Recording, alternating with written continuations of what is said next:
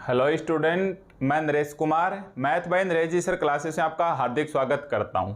आज फिर से हमारे पास एमएससी फाइनल, जिसके अंदर हमारे पास पेपर सेकंड कंपलसरी पेपर है ये विस्कस फ्लूइड डायनेमिक्स। और आज हमारे पास इस पेपर के अंदर लास्ट यूनिट 5th है, जिसका हमारे पास स्टार्टिंग में लेक्चर नंबर 1 रहने वाला है। ठीक है, तो हर बार की तरह नई यूनिट स्टार्ट कर रहे हैं। इसके बारे में थोड़ी बेसिक जानकारी, हालांकि आपको ऑलरेडी पता है, फिर भी आप एक बार देख लो। एमएससी फाइनल मैथ्स का ये हमारे पास पेपर सेकंड है। अलग अलग यूनिवर्सिटी के हिसाब से ये पेपर का क्रम चेंज हो सकता है, बट पेपर का नाम हमारे पास विस्कस फ्लूइड डायनेमिक्स या कुछ यूनिवर्सिटी के लिए फ्लूइड डायनेमिक्स भी रहता है। ठीक है, अब हम जो सिलेबस पढ़ रहे हैं वही हर बार की तरह कौन कौन सी यूनिवर्सिटी का सिलेबस है, तो आप स्क्रीन के ऊपर इस वक्त 5 यूनिवर्सिटीज का नाम देख पा रहे हैं, जिसके अंदर हमारे पास राजस्थान यूनिवर्सिटी है, शेखावाटी है, मत्स्य है, ब्रज है और कोटा ओपन यूनिवर्सिटी है। ठीक है, इनके सेमेस्टर से और एनुअल दोनों ही स्कीम्स का कोर्स अपने यहाँ अवेलेबल है।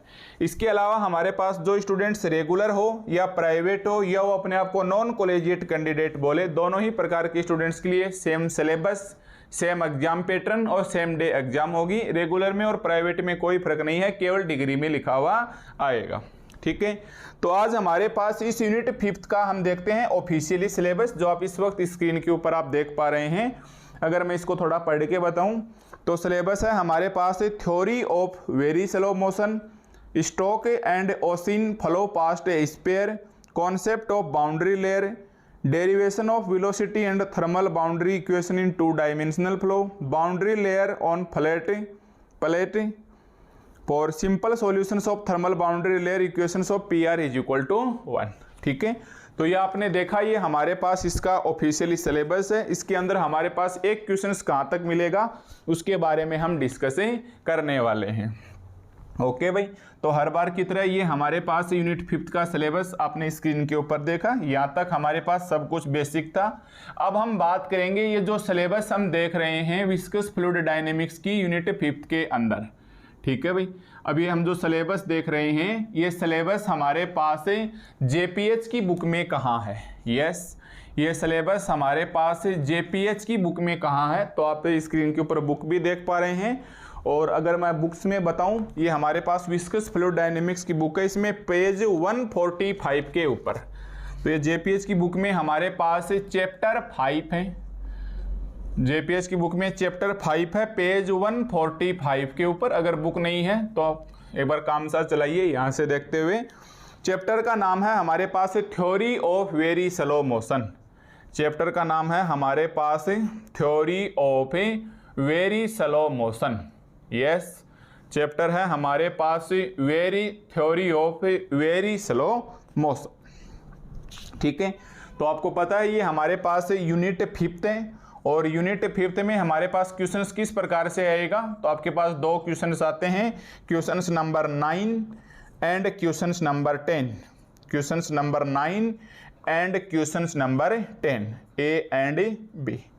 क्वेश्चंस नंबर 9 और questions number 10 A and B. ठीक है, ध्यान देना, ये जो हमारे पास आज यूनिट 5th का जो सिलेबस होगा, ये हमारे पास क्वेश्चंस नंबर 9 मिलेगा। और खास बात है इसके अंदर मिक्सिंग नहीं होगी। यस, इसके अंदर मिक्सिंग नहीं होगी। यहाँ आपको एक ही क्वेश्चंस मिलेगा जो पूरे 20 नंबर का आएगा। ठीक है भाई, इसके अंदर एक बड़ा क्वेश्चन आएगा जो आगे हम पढ़ते वक्त देखेंगे, और आप महसूस भी करेंगे कि एक ही क्वेश्चन से क्यों पूछता है। और अथवा वाले पार्ट में ए और बी अलग है, तो इसके अंदर ये क्वेश्चन आपको डेफिनेटली मिलेगा ही मिलेगा, इसलिए हम इस वाले पार्ट को छोड़ देंगे। ठीक है, तो ये जो क्वेश्चन नंबर 9 मिलेगा ये आपको मिलेगा इस चैप्टर नंबर 5 से, जिसका नाम है हमारे पास theory of very slow motion. ठीक है भाई, theory of very slow motion. तो पहले तो आप ये हेडिंग लगाइए, आपको पूरे 20 नंबर का क्वेश्चंस मिलेगा। खास बात है इसके अंदर मिक्सिंग नहीं होगी, इसलिए इसके ज़्यादा लेक्चर्स भी नहीं बनेंगे। ठीक है भाई, तो ये हमारे पास पेपर सेकंड की बात है जो हम यहाँ पढ़ने वाले हैं। और उम्मीद है इससे पहले आपने बाकी की 4 यूनिटें पूरी पढ़ ली होगी। जैसा मैंने वीडियो में बताया है, आपने जब इस पेपर सेकंड को पढ़ना स्टार्ट किया था, ठीक है भाई, जब आपने इस पेपर को पढ़ना स्टार्ट किया था तो अकॉर्डिंग टू मी पढ़े हो, तो सबसे पहले मैंने सलाह दी थी कि आपको यूनिट सेकंड पढ़ना है, जिसके अंदर हमारे पास लेक्चर्स 1 से लेके लेक्चर्स नंबर 10 तक थे। हालांकि काफ़ी बड़े लेक्चर्स थे, अगर मैं इसको 1 घंटे के हिसाब से बनाता तो ये लगभग 15 लेक्चर्स के बराबर हो जाते। ठीक है, बट आपने देखा कि बहुत सारे लेक्चर्स 1.5 आवर प्लस के थे, तो कोई बात नहीं, हम 10 लेक्चर्स में थ्योरी कॉन्सेप्ट के हिसाब से इसको सीखा। तो सबसे पहले आपने यूनिट सेकंड पढ़ा होगा, फिर इसके बाद तुरंत बाद आपने यूनिट 4th पढ़ी होगी। 4th में भी हमारे पास लेक्चर्स 1 से लेके लेक्चर्स नंबर 10 तक थे, लेक्चर्स नंबर 1 से लेके लेक्चर्स नंबर 10 तक थे। इसके बाद आपने यूनिट फर्स्ट पढ़ा है भाई। ठीक है, फर्स्ट पढ़ लो या थर्ड पढ़ लो, इससे हमें कोई फर्क नहीं पड़ेगा, पर हालांकि आपको क्रम के हिसाब से पढ़े तो सबसे पहले आपको यूनिट फर्स्ट ही पढ़नी चाहिए। ठीक है, सबसे पहले सेकंड, फिर 4th, फिर फर्स्ट। फर्स्ट यूनिट में हमारे पास ज़्यादा लेक्चर्स नहीं थे, पर समझने की दृष्टि से काफ़ी लेक्चर्स थे। तो लेक्चर्स 1 से 7 है, अगर इसको भी हम सेपरेट और बनाते तो नंबर ऑफ लेक्चर्स कितने भी कर दो, पर कंप्लीट मैट्रिक्स 7 लेक्चर्स तक मिल गया। इसके बाद आपने यूनिट थर्ड पढ़ी होगी। यूनिट थर्ड में भी आपने देखा कि बहुत ही एक बेसिक सा था, जिसके अंदर स्टेगनेशन, पॉइंट फ्लो वगैरह थे, सडनली इवॉल्व मोशंस वगैरह का टॉपिक था। लेक्चर्स 1 से लेके लेक्चर 6 तक कंप्लीट ही मिल गए। तो ऐसे मत सोचना कि लेक्चर्स कम है, अगर आपने पढ़ के देखा, अगर आपने लिखा तो आपको पता है कितना टाइम लगा है और कितनी प्रैक्टिस है और मेहनत इसमें नीड है। इसके बाद सबसे बाद में आपको यूनिट 5th पढ़नी है। ये अपने लिए सबसे अच्छा क्रम है, यहाँ से पढ़ोगे तो स्टेप बाय स्टेप समझ में आता चलेगा और आगे आप बढ़ते चलोगे। यूनिट 5th की कंडीशन यही है, यूनिट 5th पढ़ने से पहले आपको इनकी बेसिक यूनिट पता होनी चाहिए, मतलब सारी की सारी यूनिट पढ़ी हुई हैं तो ही आप 5th कर सकते हो, अदरवाइज आप 5th नहीं कर पाओगे। तो ये हमारे पास एक छोटी सी यूनिट है, इसमें लेक्चर्स नंबर 1 से लेके हो सकता है 5 बने या 6 बने, इसे ज़्यादा नहीं बनेंगे, क्योंकि एक बड़ा क्वेश्चन आएगा, स्टोक और ओसिन फ्लो पास्ट स्पीयर का टॉपिक है। तो 5 या 6 लेक्चर्स तक हो सकता है, 5 लेक्चर्स तक कंप्लीट करें या 6 लेक्चर्स तक इसको कंप्लीट करेंगे। तो आज आप हेडिंग लगाओगे, हमारे पास यूनिट 5th का लेक्चर्स नंबर 1 है। ठीक है भाई, अब आप हेडिंग लगाओगे, हमारे पास यूनिट 5th का लेक्चर्स नंबर 1 है और ये हमारे पास आज एक बेसिक लेक्चर्स हम इसके अंदर ही रखने वाले हैं। ठीक है भाई, तो सबसे पहले आपको पता होना चाहिए आज हम जो पढ़ रहे हैं वो हमारे पास ही कौन सा मैटर है और ये कहाँ से हमें पढ़ना है। ठीक है भाई, तो अब आप बिल्कुल रेडी हो। पहले आपको यूनिट सेकंड पढ़ी होगी, फिर आपने 4th पढ़ी होगी, फिर आपने फर्स्ट पढ़ी होगी, फिर आपने थर्ड पढ़ी होगी। तो यहाँ तक तो 33 और लगभग 5 से 6 लेक्चर्स इसके और बनेंगे। तो आज हम स्टार्ट कर रहे हैं हमारे पास यूनिट 5th। ठीक है भाई, आज अपन स्टार्ट कर रहे हैं हमारे पास यूनिट 5th। तो आप लिखिए, हमारे पास हम स्टार्ट कर रहे हैं unit 5th in exam questions number 9, in exam questions number 9। ठीक है, तो हो सकता है अलग अलग यूनिवर्सिटी में ये हमारे पास क्वेश्चंस है, ये क्वेश्चंस नंबर चेंज हो, बट मैटर है हमारे पास theory of very slow motion. ठीक है भाई, theory of very slow motions. ठीक है, तो आप लगा लीजिए, हमारे पास यूनिट 5th के अंदर चैप्टर 5 है, JPH बुक के अकॉर्डिंग चैप्टर 5 है, और आप चैप्टर का नाम लिखोगे theory of very slow motion, theory of very slow motion, theory of very slow motion.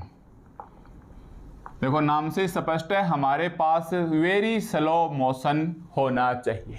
ठीक है, तो सबसे पहले तो हम ये जो चैप्टर है डिस्कस कर लेते हैं इसी के बारे में कि आखिर theory of very slow motion क्या होती है। हालांकि एग्जाम में नहीं पूछेगा, बट हम यहाँ से निकाल के लाएंगे कि कौन कौन सा मैटर है वो हमारे पास एग्जाम के अंदर पूछा जाएगा। इसलिए हमारे पास सबसे पहले इसके बारे में एक बेसिक सी इंफॉर्मेशन हमें पता होनी चाहिए। ठीक है, तो सबसे पहले आप हेडिंग डालोगे theory of very slow motion.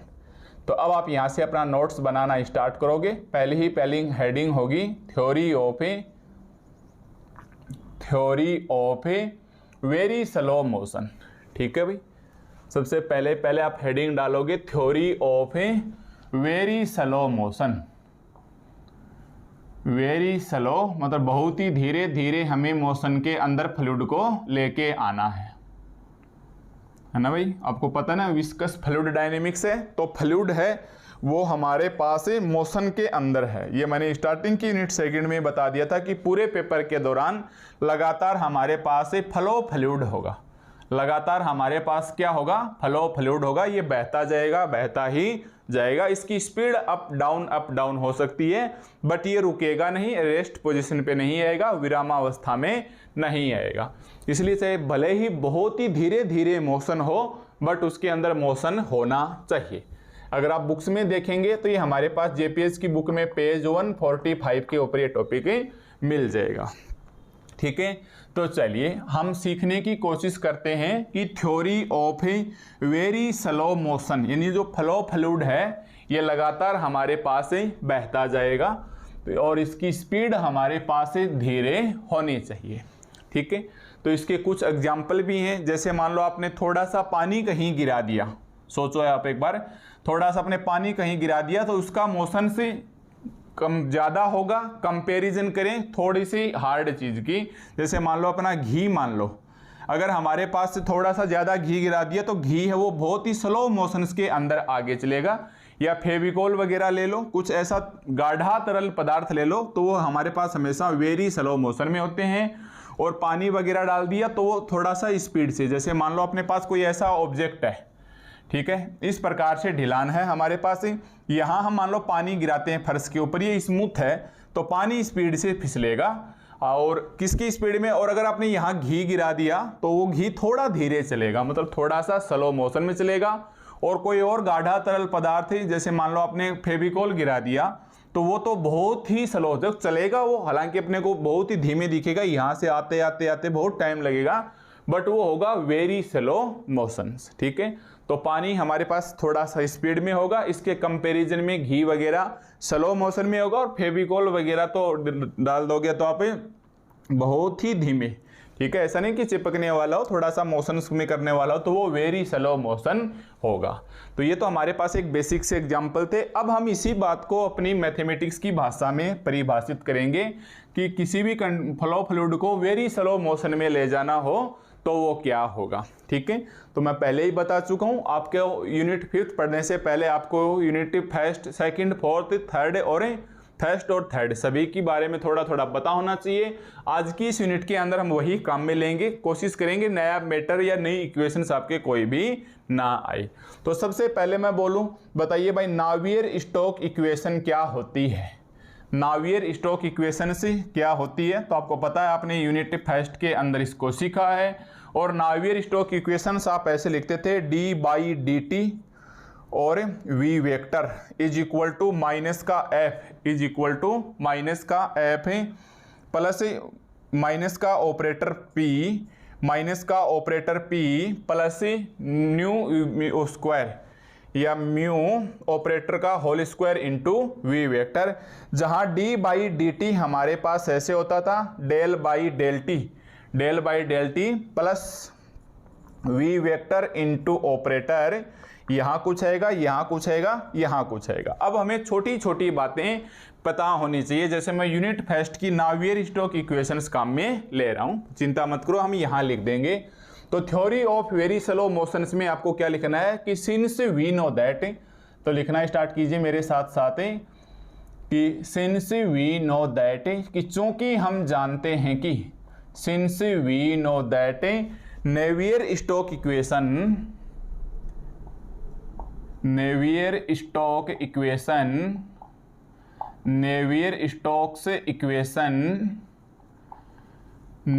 Stokes equation से फॉर विस्कस फ्लूइड या फॉर विस्कस इनकम्प्रेसिबल फ्लूइड, या सीधा लिख दो is given by,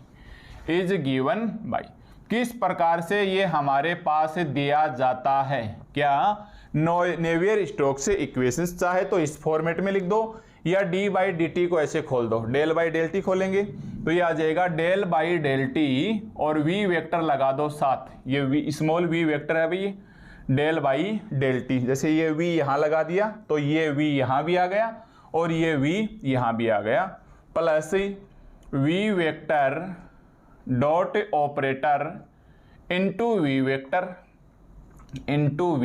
vector is equal to, इसको छोड़ दो और इसके ऐसे और होता है rho d by d t होता था जब आपने यूनिट फर्स्ट में देखोगे, तो यहाँ रो डी बाई, मैं रो को इधर लेके आता हूँ तो ये 1/रो और ये रो, ठीक है। एफ है एक्सटर्नल फोर्स, इसको हम नेगलेक्ट कर देंगे, आगे हम इसका डिस्कस कर लेंगे।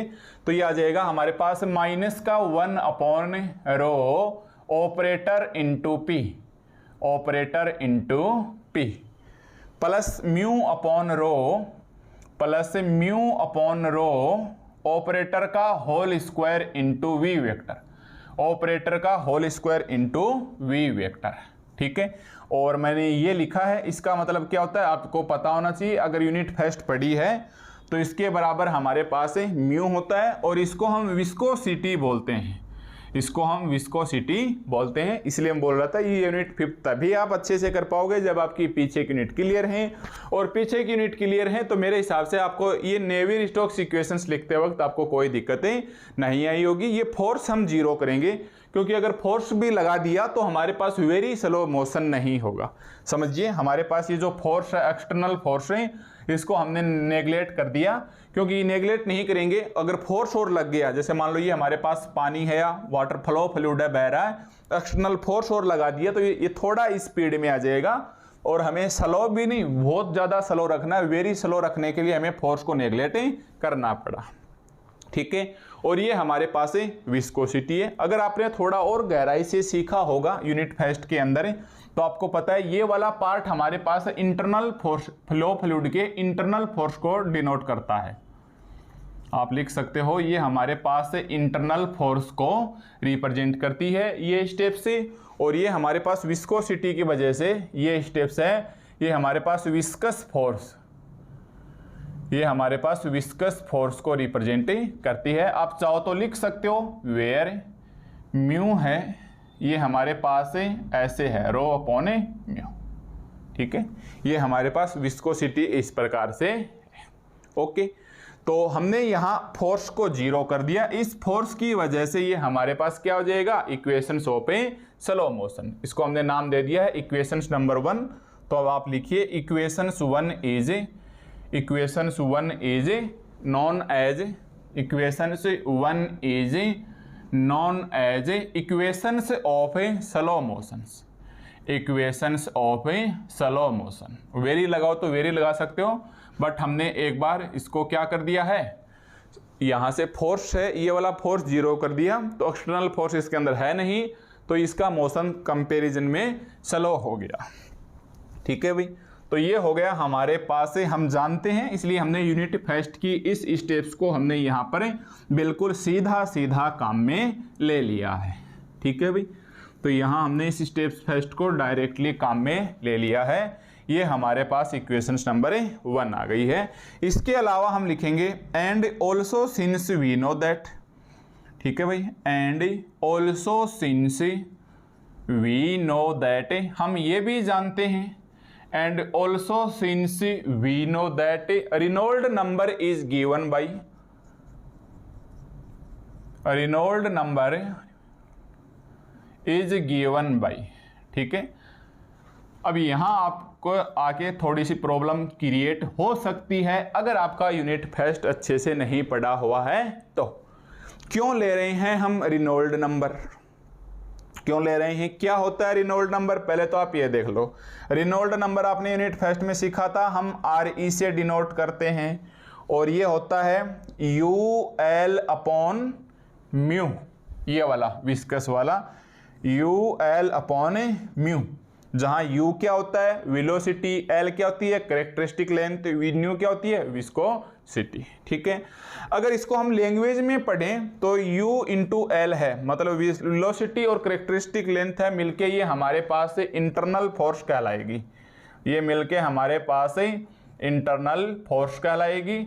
और आपको पता है ये विस्कोसिटी है, यानी ये विस्कस फोर्स को डिनोट करेगा, ये हमारे पास विस्कस फोर्स को डिनोट करेगा। क्यों लिया हमने, क्योंकि हमने रेनॉल्ड नंबर सिर्फ इसलिए सेलेक्ट किया है क्योंकि ऊपर जो हमारे पास नेवियर स्टोक इक्वेशंस थी, समझिए बात को ध्यान से, ऊपर हमारे पास नेवियर स्टोक्स इक्वेशंस थी, इसकी स्टेप के अंदर ये स्टेप है ये इंटरनल फोर्स को दर्शाती है, ये वाली स्टेप है ये विस्कस फोर्स को दर्शाती है। और यहाँ देखिए इंटरनल फोर्स और विस्कस फोर्स का रेशियो है या अनुपात है, ये हमारे पास रेनॉल्ड नंबर को दर्शाता है, ये हमारे पास रेनॉल्ड नंबर को दर्शाता है। तो हमने लिख लिया कि also since we know that Reynold number is given by, इस प्रकार से ये हमारे पास दिया जाता है। ठीक है, अब देखिए मैं लिखता हूं, अगर ये रेनॉल्ड नंबर हमारे पास छोटा हो जाए, लैंग्वेज में समझिए इसको, if the Reynold number is very small, ठीक है, if the Reynold number, if the Reynold number is very small, slow motion, very slow motion के लिए हम क्या लेंगे, if the Reynold number is very slow या वेरी स्मॉल, वेरी स्मॉल। अगर हमने मान लिया कि रेनॉल्ड नंबर है वो बहुत छोटा है, छोटा होने का मतलब कम से कम वो 1 से तो छोटा ही आए, है ना भाई, रेनॉल्ड नंबर है उसकी वैल्यू 1 से तो हमारे पास छोटी ही आए, अर्थात यहां लिख लेते हैं। देखिए अब मैं लैंग्वेज लिखूंगा, बिल्कुल सिंपल है, बस आपको देखने का नजरिया ही चेंज करना है। हमने मान लिया ये रेनॉल्ड नंबर यदि बहुत छोटा हो, वेरी स्मॉल हो, समझिए, if the Reynold number is very small, इसका मतलब अगर ये वैल्यू बड़ी होगी, जैसे मैं बोलूं बहुत छोटा कब होगा, अगर मैं 2 में मान लो 1000 का भाग देता हूं, है ना, 1000 का भाग देता हूं, तब ये हमारे पास 0.000 समथिंग आएगा। तो ये ऊपर वाला नंबर तो छोटा होना चाहिए और ये वाला नंबर है ये बड़ा होना चाहिए, इसका नंबर है ये हमारे पास छोटा होना चाहिए। तो हम क्या लिखेंगे, अर्थात सबसे पहले the characteristic length i.e. The characteristic i.e. The characteristic length, ये L हमारे पास क्या है भाई, कैरेक्टरिस्टिक लेंथ है, ठीक है, और U क्या है, and velocity U of the body force, and velocity U of the body force, of the body force are small, है ना भाई, आर स्मॉल। समझिए बात को, हमारे पास ये U छोटा होना चाहिए, L छोटा होना चाहिए, तब इन दोनों का मल्टीप्लाई भी क्या होगा, छोटा होगा। तो हमने लिख दिया द कैरेक्टरिस्टिक लेंथ L, कि एक तो ये कैरेक्टरिस्टिक लेंथ L और दूसरा वेलोसिटी U, किसकी है भाई, बॉडी फोर्स की वेलोसिटी है, velocity U of the body force are small, ये हमारे पास क्या होना चाहिए, छोटा होना चाहिए। एंड देखिए ध्यान से देखिए, and viscous force of the body, and देखिए U छोटा होना चाहिए, L छोटा होना चाहिए, एंड म्यू, और म्यू को क्या बोलेंगे, विस्कोसिटी, ठीक है भाई, एंड क्या बोलेंगे, viscosity, and viscosity mu, and viscosity mu of the fluid is large, of the fluid is large, मतलब U छोटा L छोटा, इसको तो हमने लिख दिया स्मॉल, और ये क्या होना चाहिए, ये छोटा हो गया तो दिक्कत हो जाए, ये बड़ा होना चाहिए भाई, ऊपर वाला छोटा नीचे वाला जितना बड़ा होगा तभी हमारे पास R ही क्या है, 1 से कम आएगा। तो इसको हम क्या बोलेंगे, इज ग्रेटर तो नहीं बोलेंगे, एक तो स्मॉल बोल दिया, इसको हम बोल देंगे इज लार्ज, ये हमारे पास ही बड़ा है। तब हम बोल सकते हैं कि हमारे पास रेनॉल्ड नंबर है RE क्या आ जाएगा, 1 से छोटा आ जाएगा।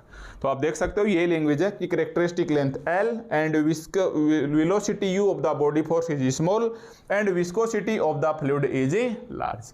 या फिर आप इसको भी देख के बोल सकते हो, अथवा लगा के ऐसे भी लिख सकते हो, और ध्यान से देखिए अथवा लगा के बोल सकते हैं the viscous force will be greater than internal force, मतलब इंटरनल फोर्स छोटा होना चाहिए और विस्कस फोर्स से बड़ा होना चाहिए। तो इसको एक ही लैंग्वेज में लिखें तो क्या लिखेंगे, और the viscous force of the body, the viscous force, और the viscous force of the body, और द विस्कस फोर्स, या ऐसे करो मान के चलेंगे, और the viscous force will be considerable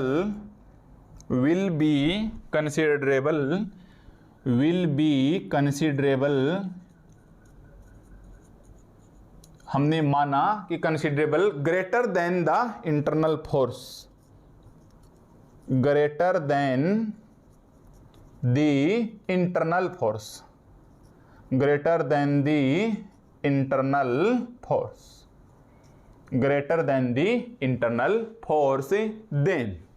बस यहां तक रुक जाओ और इसके पूरे के ब्रैकेट लगा लो। एक ही बात है, इतना नहीं लिखते तो भी चल जाता, बट आप समझिए इस बात को। हमने लिखा है if the Reynold number is very small, यानी RE लेस है 1 से, यानी हमारे पास if the Reynold number is very small यानी RE लेस है 1 से। इसका मतलब क्या हुआ, ये छोटा L छोटा, तो ने बोल दिया करेक्टरिस्टिक लेंथ कैपिटल L और velocity of the body force R small, ये दोनों छोटे होने चाहिए।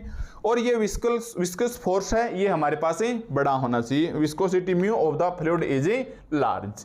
या फिर आप यहां से देख के बोल सकते हो कि विस्कस फोर्स बड़ा होना चाहिए कंपैरिजन में इंटरनल फोर्स के, तो हमने और लगा के या अथवा लगा के लिख दिया the viscous force will be considerable greater then internal force, यानी ये बड़ा होना चाहिए ये छोटा होना चाहिए, तो अपने आप हमारे पास RE क्या आ जाएगा, लेस 1 आ जाएगा। ठीक है, अब ये जो ब्रैकेट्स में लैंग्वेज लिखी है यहां से लेके यहां तक आप इसे इग्नोर कीजिए और लैंग्वेज समझने की कोशिश कीजिए। मैं वापस पढ़ता हूं, if the Reynold number is very small then, तब हमारे पास क्या होगा। तो ये तो हमने इसी के बारे में डिस्कस किया है, 2 लाइन 3 लाइन यहाँ लिखी है बॉक्स में, यहाँ से यहाँ तक है। अब आप पढ़ के देखिए, if the Reynold number is very small यानी RE लेस 1 देन, तब हमारे पास क्या होगा। ठीक है भाई, देन तब हमारे पास क्या होगा। तो आपको ये इक्वेशंस नंबर 1 ध्यान में रखनी है और ये दूसरी वाली इक्वेशंस भी हमें ध्यान में रखनी है। तब हमारे पास क्या होगा, तो मैं एक बार यहाँ से इसे अभी रफ कर लेता हूँ। ठीक है, तो यहां से आप मेरे साथ साथ लिखते जाइएगा। देन यानी तब हमारे पास इसका रिजल्ट है वो क्या आएगा, तब हम बोलेंगे देन। तो ऐसे हम छोटी छोटी लैंग्वेज शब्दों के हिसाब से सीखेंगे तो हमारे पास से किसी भी प्रकार की प्रॉब्लम से वो क्रिएट नहीं होगी। ठीक है, देन अब लिखिए, then as a first approximation, then as a first approximation, ठीक है भाई, नाम से समझ जाओगे। अप्रोक्सीमेशन मतलब लगभग हमने माना कि द इनेशिया टर्म, आप लिखते जाइए। अब आपको 2-4 लाइनें याद रखनी है। इनेशिया टर्म, इनिशियल का मतलब क्या होता है, प्रारंभिक। टर्म है may be neglected, may be neglected of Navier Stoke equations. ठीक है, of Navier Stoke equation, of Navier Stoke equations. तब हम ना फर्स्ट इनिशियल टर्म से may be neglected of Navier Stoke equation से, देन ऑब्टेन इक्वेशन से, then obtain equations 1, then obtain equations 1 are linearly differential equations, are linearly differential या linear differential equation. ये हमारे पास linearly differential equation हो जाएगी। समझिए इस बात को, किसको हमने नेग्लेक्ट किया है, इक्वेशंस नंबर 1 मैंने हटा दी है। अब मैं एक बार वापस लिखता हूँ, del v by del t plus v vector operator into we vector minus का 1 upon rho operator into p, ये पी आपको पता ही है प्रेशर वाला है, प्लस म्यू ऑपरेटर का whole square into we vector. ये देखिए ध्यान से, हमारे पास इक्वेशन 1 थी, लिखना नहीं है, लिखी हुई है। हम बोलते हैं if the Reynold number is very small RE less 1 then as a first approximation से हमने देखा कि इनिशियल टर्म से may be neglected of Navier Stoke equations. कौन सी इनिशियल टर्म्स है भाई हमारे पास, इसको हम एक बार नेग्लेक्टेड कर देते हैं। ठीक है, प्रारंभिक टर्म को नेग्लेक्ट कर देंगे, उसके बाद ही हमारे पास लीनियर डिफरेंशियल इक्वेशन बन जाएगी। और आपको पता है लीनियर डिफरेंशियल इक्वेशन क्या होती है, ऐसे होती है जैसे d2y by D X square से plus 2dy by D X plus Y, या अगर हम स्टैंडर्ड फॉर्म में बात करें तो P X D two Y by D X square से plus Q X D Y by D X plus Y is equal to R. यहाँ हमारे पास 1 होना चाहिए, ये पी एक्स होना चाहिए, ये क्यू एक्स होना चाहिए और ये आर होना चाहिए। ठीक है, या डी की बजाय यहाँ डेल मान लो, तो एक तो डेल इसके अंदर निकल के आ जाएगा, तो इसको फर्स्ट टर्म्स को ये नेग्लेक्टेड मान ली गई, तो ये del v by del t यहाँ से बच जाएगा, ये del two Y by del x square और ये कांस्टेंट आर की जगह बच जाएगा। तो अगर हम इनिशियल टर्म्स इसकी नेग्लेक्टेड मानते, ध्यान से देखना, ये हमारे पास इनिशियल टर्म्स है, ठीक है भाई, मतलब प्रारंभिक टर्म्स है वेलोसिटी की। अगर हम इसको नेग्लेक्टेड मानते हैं, यानी मैं यहाँ से हटा दूं, तो बची हुई इक्वेशंस का जो रूप है इसको इधर ले आओ या इसको इधर ले जाओ, ये हमारे पास LDE लीनियर डिफरेंशियल इक्वेशन बन जाएगी। ठीक है भाई, ये हमारे पास लीनियर डिफरेंशियल इक्वेशन बन जाएगी और इस इनिशियल टर्म को हम आगे भी काम में लेंगे, बट आपको लैंग्वेज में एक बार इतना ही लिखना है। ठीक है भाई, आपको लैंग्वेज में एक बार इतना सा ही लिखना है। ये था हमारे पास theory of very slow motion. Okay भाई, बस इतना सही था कि रिनॉल्ड नंबर को आप वेरी स्मॉल कर दो, 1 से छोटा बना दो, उस कंडीशन में ये टर्म नेग्लेक्टेड हो जाएगी और ये लीनियर डिफरेंशियल इक्वेशन आ गई। लीनियर डिफरेंशियल इक्वेशन आगे हमारे पास रिजल्ट दे देगी, वो हम आगे टॉपिक के अंदर सीखने वाले हैं। तो हमें इतनी सी लैंग्वेज ही इसके अंदर लिखनी थी।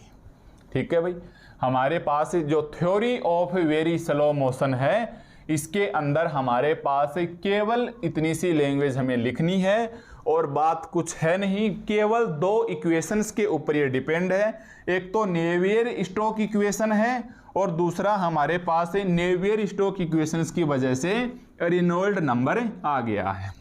ठीक है भाई, दूसरा हमारे पास नेवियर स्टोक इक्वेशंस की वजह से रेनॉल्ड नंबर भी लेके चलने वाले हैं। ओके, अब हमारे पास इसके अंदर क्या होगा, तो मैं एक बार वापस थोड़ा सा ब्रीफिंग में बताऊं तो theory of very slow motion में आपने देखा नेवियर स्टोक इक्वेशंस काम में आई है, नेवियर स्टोक इक्वेशन काम में आई है। इसकी वजह से ही हमारे पास रेनॉल्ड नंबर है जो हमें हर बार वेरी स्लो लेने के लिए -1 लेना पड़ेगा। ठीक है, अब देखिए हमारे पास नेवियर स्टोक्स इक्वेशंस को हमने सहायता ली है, तो स्टोक्स की साइंटिस्ट है, ये आगे 1-2 डेरिवेशंस और निकाल रहा है। तो अब हमारे पास इस यूनिट 5th में कौन कौन से टॉपिक होंगे, तो ये तो ध्यान से, चैप्टर का नाम था theory of very slow motion. Yes, chapter का नाम था theory of very slow motion और theory of very slow motion में हमने नेवियर स्टोक इक्वेशंस को काम में लिया है। अब हमारे पास इसके अंदर कौन से टॉपिक होंगे, तो टॉपिक होगा सबसे पहले हमारे पास होगी स्टोक इक्वेशंस। सबसे पहले होगा हमारे पास स्टोक्स इक्वेशंस, क्योंकि भाई इसके बगैर तो हम कर ही नहीं सकते कुछ। भाई अभी हमने नेवियर स्टोक्स का काम में लिया है, तो इस साइंटिस्ट को हमें साथ लेके चलना पड़ेगा। और मैंने यूनिट फर्स्ट पढ़ाई थी तब आपको बताया था नेवियर स्टोक्स में स्टोक्स ज़्यादा महत्वपूर्ण था, है ना, इसका योगदान ज़्यादा है, नेवियर साइंटिस्ट का योगदान इसकी कंपैरिजन में इसका कम है। ठीक है, तो पहला टॉपिक होगा हमारे पास स्टोक्स इक्वेशन से। दूसरा टॉपिक होगा हमारे पास flow past a spare. Flow past a spare, नाम से स्पष्ट है, स्पेयर आएगा, 3D फील आपको करवाया जाएगा। फ्लो पास्ट ए स्पेयर, और इसके अंदर भी स्टोक्स फ्लो होगा, इसके अंदर भी स्टोक्स फ्लो होगा। ठीक है, तीसरा टॉपिक आएगा इसके अंदर drag coefficient of Stoke flow. Drag coefficient of Stoke flow, drag coefficient of Stoke से फ्लो। ठीक है, ये तीनों टॉपिक लगभग एक ही है। स्टोक्स इक्वेशंस बिल्कुल एक छोटा सा टॉपिक है, ये आज के इसी लेक्चर्स के अंदर कंप्लीट कर लेंगे। यहां से आपको एक क्वेश्चंस पूरा मिल जाएगा। यस, एक क्वेश्चंस आपको पूरा मिल जाएगा 20 नंबर का। यस, यहां से हमें एक क्वेश्चंस पूरा मिल जाएगा 20 नंबर का। या तो ये पूछेगा, या फिर दूसरा साइंटिस्ट और आता है ओसिन। ध्यान देना। इसके बाद हम टॉपिक पढ़ेंगे ओसिन। स्टॉक की जगह आप नाम रख दो OSSEN, OSEEN, ओसिन। ठीक है भाई, ओसिन। केवल और केवल स्टोक्स की जगह रख दो। दूसरा साइंटिस्ट ये था, यानी स्टोक्स और ओसिन ने पहले मिलकर निकाला, फिर अपनी अलग अलग डेरिवेशन से ले ली। तो ओसिन ने थोड़ी सी स्टोक्स इक्वेशन का सहारा लेके पहले तो अपनी ओसिन इक्वेशन निकाली। फिर टॉपिक आ जाएगा हमारे पास फ्लो पास्ट ए स्पेयर। देखो टॉपिक सेम ही है हमारे पास, flow past a spare, flow past a spare. बस ये आ जाएगा ओसिन फ्लो, ये आ जाएगा हमारे पास ओसिन फ्लो। और ये टॉपिक आ जाएगा drag coefficient of, drag coefficient, drag coefficient of Oseen flow, drag coefficient of Oseen flow. यानी बात हमारे पास एक ही है, एक बार तो स्टोक्स निकाल रहा है और एक बार हमें दूसरा साइंटिस्ट ओसिन निकाल रहा है। तो ये भी हमारे पास 20 नंबर का क्वेश्चन आएगा और ये भी हमारे पास 20 नंबर का क्वेश्चन आएगा, ये भी हमारे पास 20 नंबर का क्वेश्चन से आएगा। और खास बात है, इतना पढ़ते ही आपकी यूनिट कंप्लीट हो जाएगी। एग्जाम में या तो आपको ये वाला पार्ट देगा या आपको ये वाला पार्ट देगा। मैंने बताया था ना कि क्वेश्चन नंबर 9 पूरे 20 नंबर का आएगा। तो या तो इसके अंदर क्वेश्चन नंबर 9 में आपको एग्जाम में ये देखने को मिल जाएगा या फिर आपको एग्जाम में ये देखने को मिल जाएगा। मिक्सिंग होगी नहीं, क्योंकि एक क्वेश्चन हमें पूरा मिल गया, इसलिए हमें क्वेश्चन नंबर 10 यानी इससे आगे बढ़ने की हमें जरूरत ही नहीं है। तो ध्यान देना, आप प्रीवियस क्वेश्चन पेपर उठा के देखोगे तो हर बार कभी ये मिल जाता है, कभी ये मिल जाता है। अब बात करें इंपॉर्टेंट की, तो दोनों ही पढ़ लो, ये भी पढ़ लिया, क्योंकि रिस्क ले ही नहीं सकते, ऑलरेडी पहले ही हम एक पढ़ रहे हैं। तो या तो स्टोक्स के नाम से मिलेगा या ओसिन्स के नाम से मिलेगा। अगर स्टोक्स पूरा समझ में आ गया तो ओसिन बस इसी का थोड़ा सा अपडेटेड वर्जन है, ज़्यादा आपको परेशान नहीं होना पड़ेगा। मतलब मैक्सिमम यहाँ से सीख चुकेंगे तो ये अपने आप ही स्पीड से टॉपिक कंप्लीट ही हो जाएगा। तो ध्यान देना, या तो एग्जाम में स्टोक्स वाला मिलेगा या आपको एग्जाम में ओसिन वाला मिलेगा। ये बस हेडिंग है, ध्यान देना, ये हमारे पास है हेडिंग है, इसको एग्जाम में नहीं पूछेगा बट ये वाले एग्जाम में पूछेगा। इसी प्रकार ओसिन इक्वेशन से ये भी हमारे पास एक जनरल सॉल्यूशन से हेडिंग है। मेन टॉपिक ये है, मेन टॉपिक मतलब ऐसे देगा, flow past sphere Oseen flow with drag coefficient of Oseen flow पूछेगा, या flow past sphere Stokes flow या drag coefficient of Stoke flow with, मतलब ये दोनों जुड़ के साथ पूछेगा, ये दोनों जुड़ के साथ पूछेगा, या तो अलग या अलग। अब दूसरी बात हमारे पास इसके अंदर क्या है वो मैंने बताई दी, मिक्सिंग वाला सीन इसके अंदर है ही नहीं। अब क्वेश्चंस घुमा घुमा के देगा। यस, कोशिश ये रहेगी एग्जामिनर की कि आप समझ नहीं पाओ कि आपको स्टोक्स वाला करना है या ओसिन वाला करना है।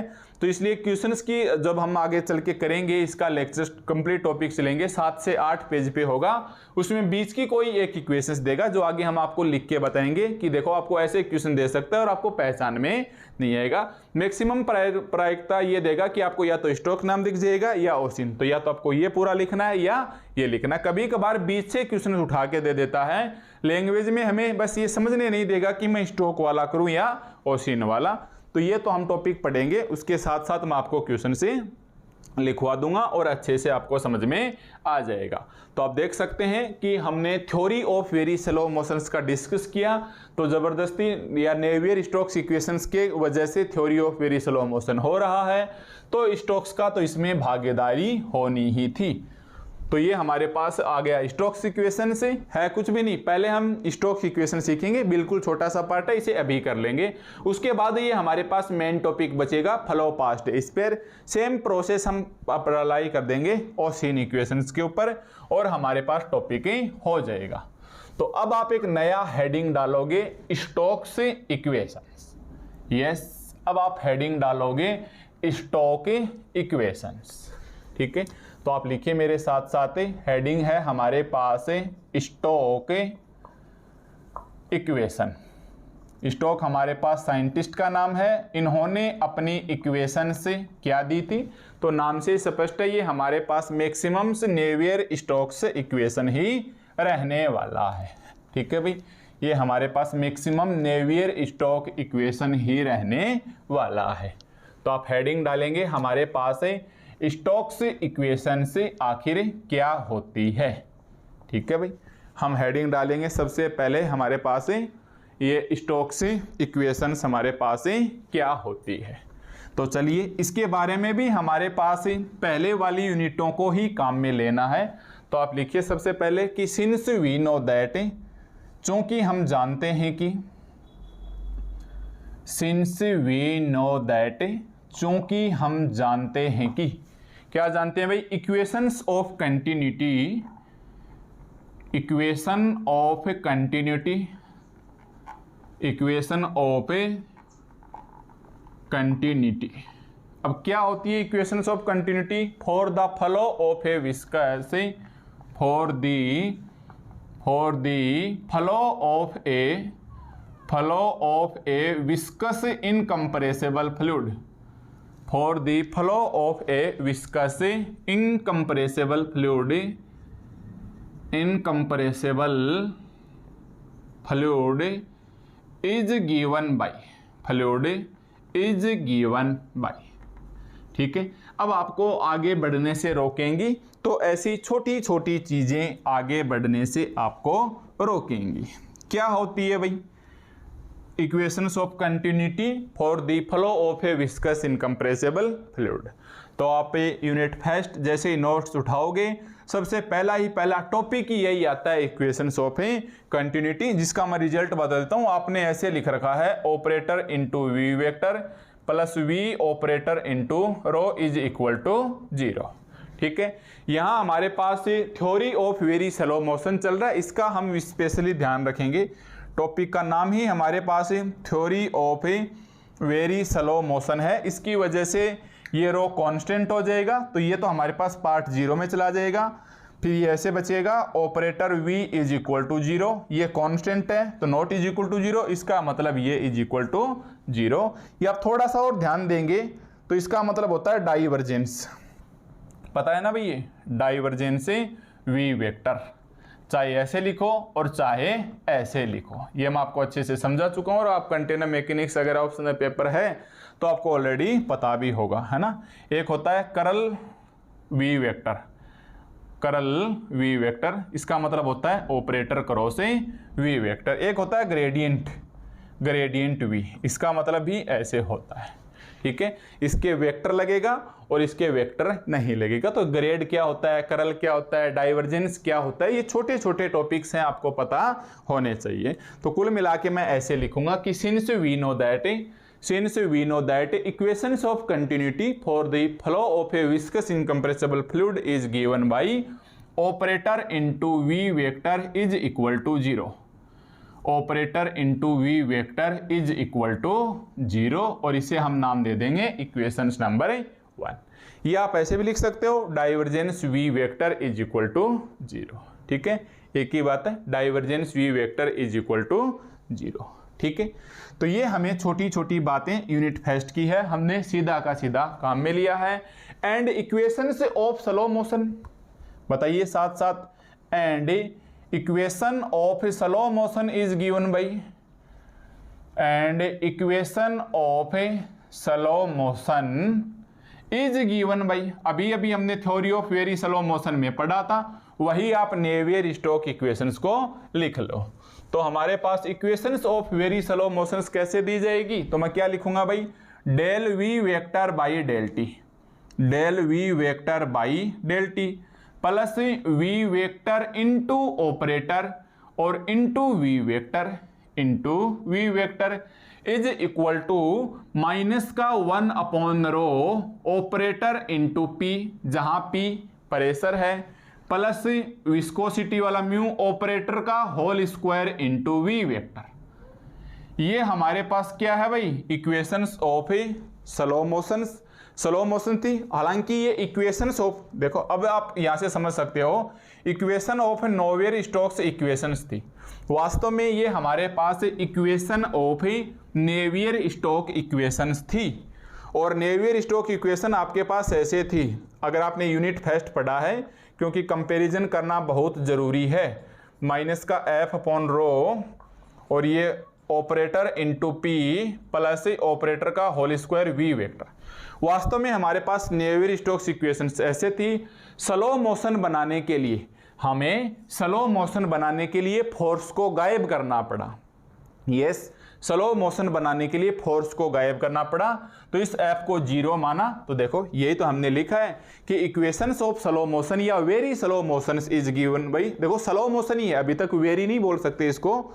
तो ये हमारे पास del v by del t plus v vector operator v is equal to -1/ρ operator into P plus mu operator का whole square into we vector. ठीक है, अब देखिए हमारे पास, अब आप ये मत सोच लेना कि फोर्स गायब हो गया तो ये रुक जाएगा, रुकेगा नहीं। क्यों? क्योंकि वेलोसिटी वी है। अरे भाई पानी के अंदर या दूध के अंदर जो भी लिक्विड पदार्थ है हमारे पास है, उसके अंदर क्या है? वेलोसिटी तो है। अगर हमारे पास वेलोसिटी जीरो हो जाए, अगर इसकी वेलोसिटी जीरो हो जाए तो ये रेस्ट पोजीशन पे आ जाएगा, और वेलोसिटी जीरो लेना नहीं है। क्यों? क्योंकि हमारे पास फ्लूइड ही गायब हो जाएगा। तो मैंने पूरी यूनिट के अंदर स्टार्टिंग में ही बता दिया था कि इस पूरे पेपर पढ़ने के दौरान फ्लूइड होना चाहिए, मतलब मोशन में बहता जाना चाहिए, मोशन के अंदर होना चाहिए। ऐसा नहीं कि ये रुक गया, हालांकि वेरी स्लो हो सकता है, ठीक है, पर रुकना नहीं चाहिए। रुक गया तो ये रेस्ट पोजीशन पे आएगा और पूरा का पूरा ये स्टैटिक सब्जेक्ट बन जाएगा। तो ये हमारे पास मैकेनिक्स है, एक प्रकार से फ्लूइड डायनेमिक्स है। तो हमारे पास स्टैटिक्स मतलब पानी को रोकना नहीं है, चाहे वो बहुत बहुत धीरे चलता रहे पर वो मोशन के अंदर ही चलता रहे।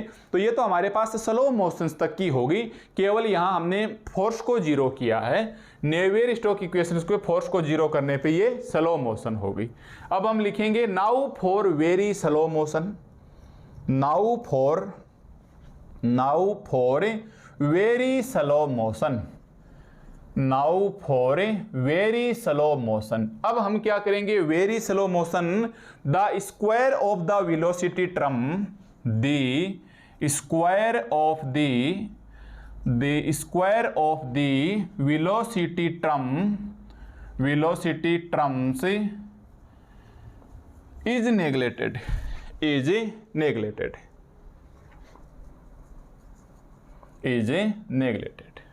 ठीक है। Then from equations 2 we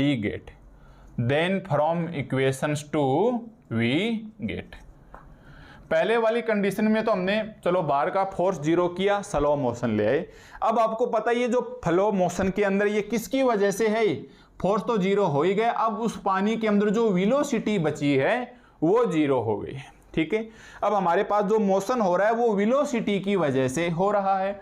velocity को अगर हमने जीरो ही कर लिया, सपोज करो वेलोसिटी को अगर हमने जीरो ही कर लिया, तब तो ये रेस्ट पोजीशन पे आएगा। जीरो कर नहीं सकते, बट ऐसे तो कर सकते हैं 0.002 है, मतलब एकदम से जीरो तो नहीं है बट लगभग जीरो के बराबर है। तो इस स्टेप्स में ध्यान से देखिए, इस स्टेप में हमें कोई फर्क नहीं पड़ेगा। वेलोसिटी हमने क्या मानी? 0.002। अगर मैं ये वेलोसिटी यहां लेता हूं तो देखो v इंटू वी, कहीं ना कहीं क्या है? वेलोसिटी ऑफ ए स्क्वायर या स्क्वायर ऑफ वेलोसिटी। ध्यान से देखना, अगर मैं इसी को वापस मल्टीप्लाई कर दूंगा 0.002 से, तब ये हमारे पास, अब हम बोल सकते हैं कि ये जीरो के ही बराबर है, क्योंकि बहुत बारीक हो जाएगा तो उसको हम लगभग नेग्लेक्ट ही कर सकते हैं। तो मैंने लिखा है बाकायदा कि फॉर वेरी स्लो मोशन, तो हम क्या करते हैं? वेलोसिटी को तो जीरो नहीं कर सकते, बट वेलोसिटी के स्क्वायर को जीरो कर सकते हैं। देखिए इस टर्म में एक वेलोसिटी ये रही, एक वेलोसिटी ये रही। आपको पता है ना, a डॉट बी सी को आप ओपन करेंगे तो इसकी वेलोसिटी स्क्वायर आएगा। तो ये तो वेक्टर का रूल है, मेरे को समझाने की जरूरतें नहीं होनी चाहिए। तो यहाँ क्या होगा? हमने लिख दिया है the square of velocity term is neglected, यानी ये वाली टर्म है ये हमारे पास ही नेग्लेक्ट हो जाएगी। V vector into operator into we vector, इस वाली टर्म को हमने क्या कर दिया? गायब कर दिया या नेग्लेक्टेड कर दिया। तब हमारे पास इस इक्वेशन 2 से क्या बचेगा? तब हमारे पास इस इक्वेशन 2 से हमारे पास क्या बचेगा? क्या बचेगा भाई? Del v vector by del t, ये हमारे पास गायब हो ही गया।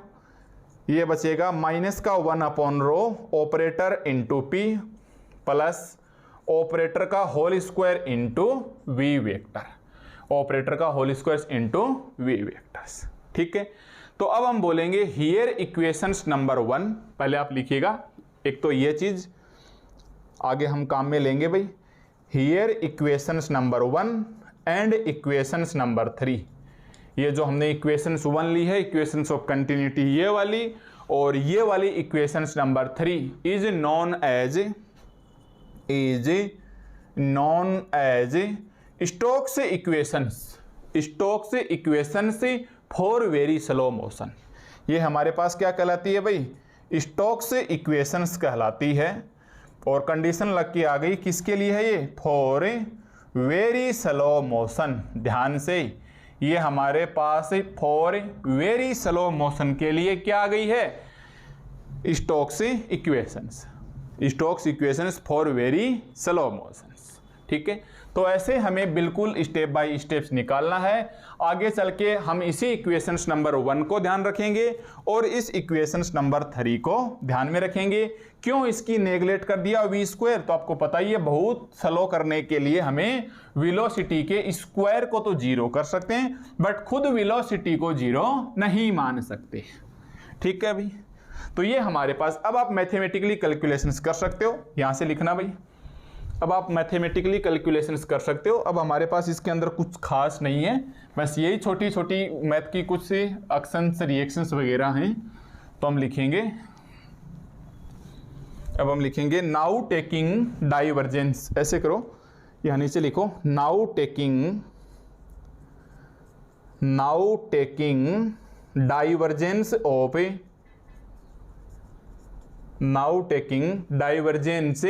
both side of equations 3 we get both side of equations 3 we get। अगर हम इसके डाइवर्जेंस लेते हैं, डाइवर्जेंस लेने का मतलब ऑपरेटर डॉट, तो मैं यहां क्या करूंगा भाई? ऑपरेटर और डॉट। ऐसे कैसे लगा दो? Del v by del T.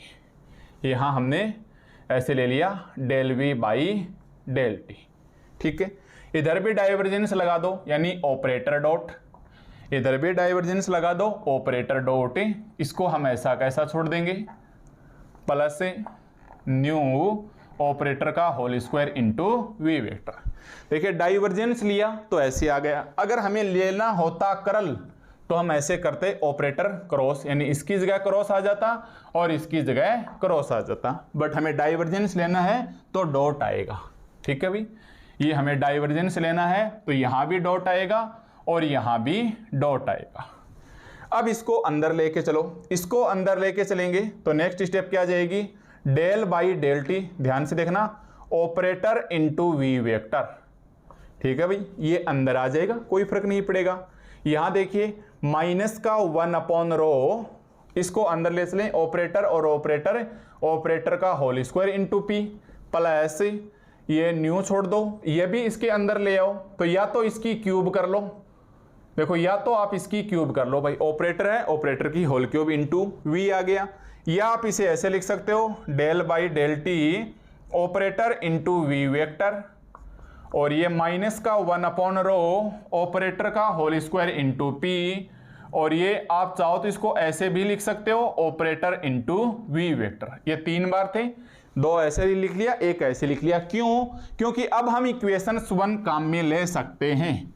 Yes, अब हम क्या कर सकते हैं? इक्वेशंस 1 को काम में ले सकते हैं, है ना भाई? तो देखिए, मैंने रफ कर दी है, तो आप लिखिए यूजिंग इक्वेशन 1 क्या कहती है भाई? ऑपरेटर इंटू वेक्टर, यानी इक्वेशंस ऑफ कंटिन्यूटी की वजह से ये 0 है। सो यहां रखिए 0। अब तो कोई समझाने वाली बात है ही नहीं, और 0, तो क्या बचेगा भाई? ये 0 माइनस का 1/रो ऑपरेटर का होल स्क्वायर पी प्लस 0, और आपको पता है ये डेंसिटी है, सॉरी ये रो है, ये naught is equal to 0, that implies ये नॉट इज इक्वल टू 0। इसका मतलब हम लिख सकते हैं ऑपरेटर का whole square p is equal to 0। इसको आप नाम दे दो इक्वेशंस नंबर 4। इसको आप क्या नाम दे दोगे भाई? Equations number 4। तो दोनों तरफ डाइवर्जेंस लेने के बाद जो हमारे पास रिजल्ट आया है वो क्या आया है? ऑपरेटर का whole square into p is equal to 0। Operator का whole square into p is equal to 0। और ये क्या है, प्रेशर है। तो आप लिख सकते हो so for very slow motion, for very slow motion, है ना भाई। So for very slow motion the pressure P satisfy the pressure P, the pressure P satisfied, बताओ किसको सेटिस्फाई कर रहा है भाई, ये एक प्रकार से किसकी इक्वेशन हो गई, लाप्लास इक्वेशंस हो गई। ये हमारे पास लाप्लास इक्वेशंस हो गई अगर आपका बेसिक अच्छा है तो। And thus it is a harmonic function. Yes, ये हमारे पास अगर मैं हिंदी में बात करूं तो विश्लेषक फलन, जैसा आप बीएससी फाइनल के अंदर कॉम्प्लेक्स वाले पेपर में पढ़ के आया करते थे, तो ये हमारे पास एक हार्मोनिक फंक्शन हो गया है। ये हमारे पास एक हार्मोनिक फंक्शन से हो गया है। अरे लाप्लास इक्वेशन है, इतना तो आपने फिजिक्स में जरूर पढ़ा होगा। और एक प्रकार से ये हमारे पास परस्वांदी फलन है ना, अपने शायद कॉम्प्लेक्स में परस्वांदी नाम से पढ़ा होगा, हार्मोनिक फंक्शंस, इसको परस्वांदी बोलते हैं भाई। मैं विश्लेषक बोल रहा था, विश्लेषक तो एनालिटिकल फंक्शंस होता है, पर अब हिंदी से में शायद कोई फायदा नहीं। फिर भी अगर आपको मान लो मैच करना हो, ये हार्मोनिक फंक्शन से आपका अच्छे से पढ़ा हुआ है। बस यही हमारे पास स्टोक्स इक्वेशन है। तो आगे अब हम इसकी यहाँ तक पार्ट से ये एग्जाम में नहीं पूछेगा, बट हम इसके बगैर आगे भी नहीं बढ़ सकते। तो आप पूरा का पूरा आज का लेक्चर से ये इस यूनिट 5 का बेसिक है, यहाँ तक सीखने के बाद आपको पूरी यूनिट की आगे की स्टोरी समझ में आ जाएगी। तो 2-3 चीज़ें ध्यान में रखने वाली हैं। पहली तो ये ध्यान में रखनी है, ये भी हमारे पास है Stokes equations for very slow motion, और दूसरी है हमारे पास del v by del t is equal to -1/ρ operator P plus nu operator का whole square into we vector is equal to 0। ये हमारे पास इक्वेशंस 2 थी। यह भी हमारे पास Stokes equations for very slow motion. अब अगर मैं ऑपरेटर होल स्क्वायर P 0 वापस यहाँ रख दूं तो इसके बराबर ये बच जाता है और एक नया रिजल्ट हमें क्रिएट हो जाएगा। बट अब एक बार हमें स्टोक्स इक्वेशंस को केवल इतना सा ध्यान में रखना है, ठीक है। अब हमारे पास इसका मेन क्वेश्चन है वो एग्जाम की दृष्टि से बचेगा। तो केवल और केवल मैं बात करूं कि भाई बताओ स्टोक्स इक्वेशन से फॉर वेरी स्लो मोशन क्या होती है। अगर हम बात करें स्टोक्स इक्वेशन से फॉर वेरी स्लो मोशन क्या होती है, तो आप ये इक्वेशंस काम में लेंगे, operator into v vector is equal to 0, ये इक्वेशंस भी काम में लेंगे, और हमारे पास हार्मोनिक फंक्शन से फॉर प्रेशर ऑपरेटर का होल स्क्वायर इनटू P है इज इक्वल टू 0। हम इस इक्वेशन से या इस रिजल्ट को भी काम में लेंगे। तो ध्यान में रखना है बस इतनी सी चीज़ें। और अब मैं बिल्कुल शॉर्ट मूड में बताऊं तो यूनिट फर्स्ट में नेवियर स्टोक्स इक्वेशंस है वो आपने ऐसे पढ़ी थी। मैं एक बार बार रिपीट कर देता हूं ताकि हमें कोई भी दिक्कतें ना हो, है ना। कंपैरिजन होता चले उतना अच्छा है हमारे पास, जितना कंपैरिजन होगा हमारे पास उतना अच्छा है ना भाई। प्लस न्यू ऑपरेटर का whole square into v vector. Unit first में आपने नेवियर स्टोक्स इक्वेशन ऐसे पढ़ी थी। स्लो मोशन के लिए हमें फोर्स गायब करना पड़ा, स्लो मोशन के लिए हमें फोर्स गायब करना पड़ा। वेरी स्लो मोशन के लिए velocity, square of velocity terms को भी 0 करना पड़ा। वेरी स्लो मोशन के लिए हमें इसको भी 0 करना पड़ा, यानी ये इसके बराबर आ गई, ये इसके बराबर आ गई। और देखो ये लिख रखी, यही इक्वेशंस हमारे पास है, equations of very slow motions. Navier Stokes में स्टोक्स अपने आप काम में आ गया है ही स्टोक की भाई, तो दूसरा कैसे आ जाएगा। तो ये Stokes equations for very slow motions इस प्रकार से रिजल्टें बन गया है, ठीक है। तो ये था हमारे पास आज के इस लेक्चर्स के अंदर बेसिक।